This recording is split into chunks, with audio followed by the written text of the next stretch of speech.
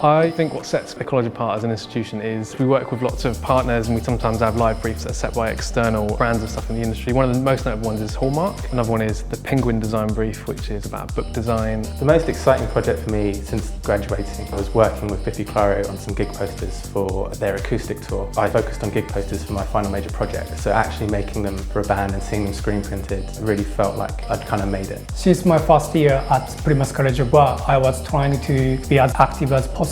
Also, I was trying not to miss any opportunities. I joined all the events, all talks, all workshops. I've always loved drawing from a young age. I played around in college with textiles and graphic design. When I was looking for a course to study at university, I saw that illustration was an option, so I could just purely draw and nothing else. The most distinctive part of graphic design at Plymouth College of Art is the opportunity that we have to interact with the local design community. We have really strong links. The design community actively come in and help our students, mentor our students, and really provide the opportunity to showcase their work to them and pitch ideas and get valuable feedback from industry. During my 3 years, I did a fair bit of extra outside of the course. I did a few projects with some of the Plymouth College of Art staff, and it meant that when 33 Seconds were looking for an intern, they had contacts at Plymouth College of Art.